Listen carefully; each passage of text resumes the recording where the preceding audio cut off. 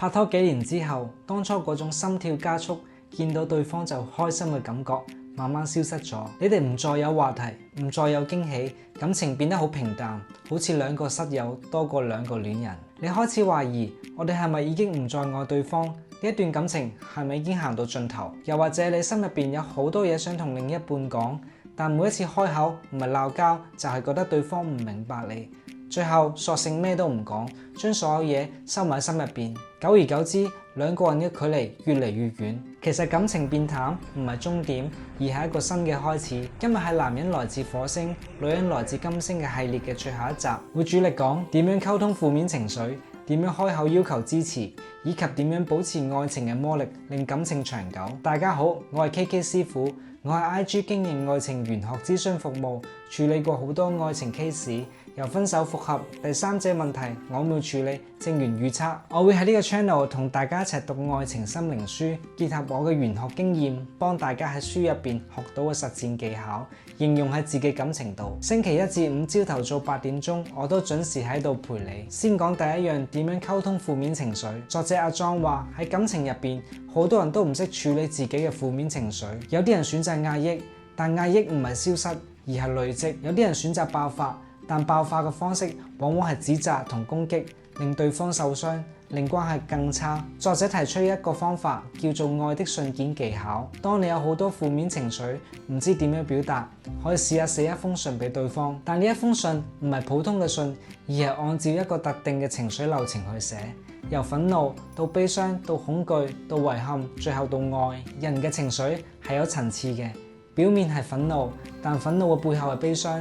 悲傷背後係恐懼，恐懼背後係遺憾，而最深層嘅其實係愛。當你只係停留喺憤怒嘅層面，你表達出嚟嘅只會係攻擊同指責。但當你俾情緒自然流動，最後翻到愛嘅層面，你嘅表達就會變得溫柔而真實，對方先可以真正接受到你嘅感受。作者分享咗一個例子，有一個女仔，佢同男朋友感情出現問題，佢好嬲，好委屈。每一次開口都係鬧交，後尾佢試咗愛的信件技巧，寫咗一封信俾男朋友。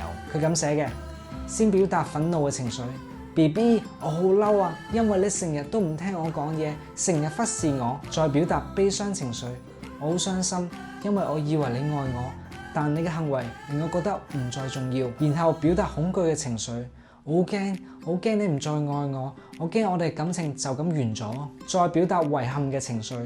我好後悔，好後悔自己有時對你唔夠溫柔，冇耐性，有時又表達得唔好。最後表達愛意，但我愛你，我好想同你一齊，我好想我哋可以更加了解對方，一齊行到好遠好遠。女仔寫完呢一封信之後，佢嘅情緒平靜咗好多。而當男朋友讀完呢一封信，佢第一次真正了解女朋友嘅感受，唔再防衛，而係走過嚟攬住佢。佢話：對唔住啊 BB， 我唔知原來你有呢個感受。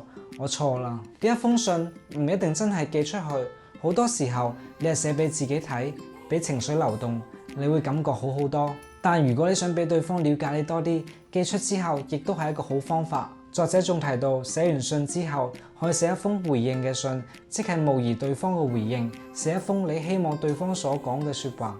呢一個做法係你自己給予自己需要嘅理解同安慰，唔使等對方先感受到被愛被支持。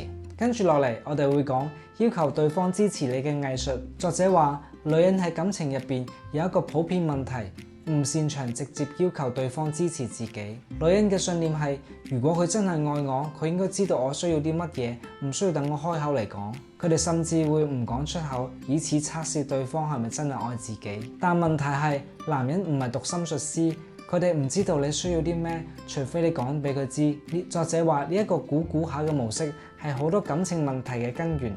女人一直等，一直失望，怨恨越積越多，到最後當女人忍唔住開口，佢嘅語氣已經充滿怨氣，聽落去好似命令咁，而唔係請求。男人聽到就會覺得被控制，開始反抗。所以女人要學識嘅係清晰、直接、溫柔地表達需求。例如你可能話：你從來都唔關心我，呢一個係一個指責。要咁樣講先係清晰嘅請求。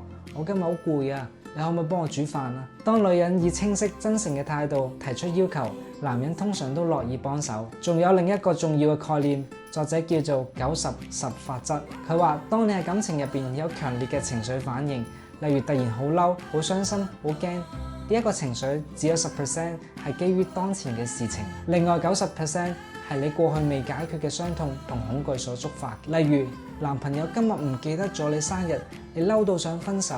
呢一個反應表面上係因為忘記生日，但深層嘅原因可能係你由細覺得自己唔重要。呢一個忽視嘅感受觸發咗你過去所累積嘅所有傷痛。了解咗90-10法則，可以幫你分辨到我而家嘅情緒係真係關於呢一件事啊，定係以前嘅舊傷痛被觸發。當舊傷痛被觸發，你要做嘅係先處理好自己情緒，而唔係即刻去怪責對方。嚟到全本書嘅最後一個 point， 點樣保持愛情嘅魔力？作者話愛情有4季循環，春天係熱戀期，新鮮又充滿期待；夏天係穩定期，感情變得深厚；秋天係挑戰期，開始出現衝突同差異；冬天係低谷期，感情變得平淡。好多人會喺呢度選擇放棄，但作者話冬天唔係終點，係新春嘅前奏。每一個冬天都係一個機會，俾你更加深入了解對方，感情會更加深厚成熟。問題係好多人以為冬天就此結束，於是放棄去揾新嘅春天，但新嘅感情最終又會行到冬天。所以保持愛情魔力嘅關鍵唔係避免冬天，而係學識冬天堅持，相信春天會再嚟。可以有以下4個做法嚟維持關係。第一，定期約會，唔好因為拍拖好耐就唔再用心經營。定期安排2人嘅時間去試一啲新嘅地方、新嘅嘢，保持新鮮感。第二，感恩練習，每日提醒自己對方有邊啲地方令你感激。好多時候我哋習慣咗對方嘅好，只係記得對方嘅不足。感恩可以令你重新睇見對方嘅價值。第三，持續了解對方。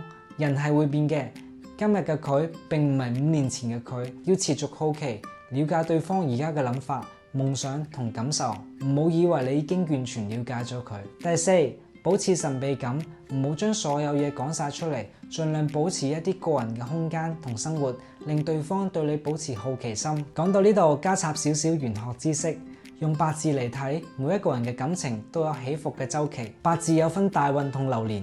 大運係每10年轉一次，流年係每1年轉一次。有啲人喺唔同大運或者流年，感情特別順利，或者面對諸多挑戰。了解自己嘅大運同流年，可以令你明白，我而家感情嘅困難係因為運數使然，未必係感情本身有問題。